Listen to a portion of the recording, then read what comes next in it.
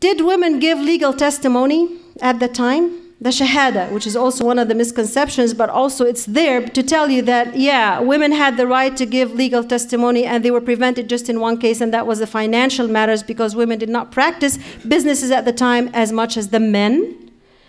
Men did not have the right to give certain testimonies for certain cases, and only women did, as in cases of istihlal, cases of idda, and cases of raj'a. And these mean when the baby is born or when a period was to be determined, because a woman has idda and she's going to be either divorced or her husband died. She needs to know how many months she went through waiting, which is the waiting period. And the raj'a is when a man reclaims his wife.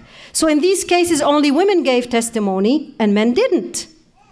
So it means that it's not just she was prevented from giving testimony, and you have all those other people that believe a woman is supposed to be imprisoned in the home, she has no education, she has no work, she has nothing to do, and she has to get her husband's permission. They give you those kinds of arguments. They tell you, yeah, she cannot give testimony, she cannot inherit, she inherits half. And that is part of qawama. That's why she's half in mind, and half in financial matters, and half in inheritance. So al-mar'a nisfu ar-rajul fi kulli shay. In everything she is half, even in the food that she eats, she has to eat half.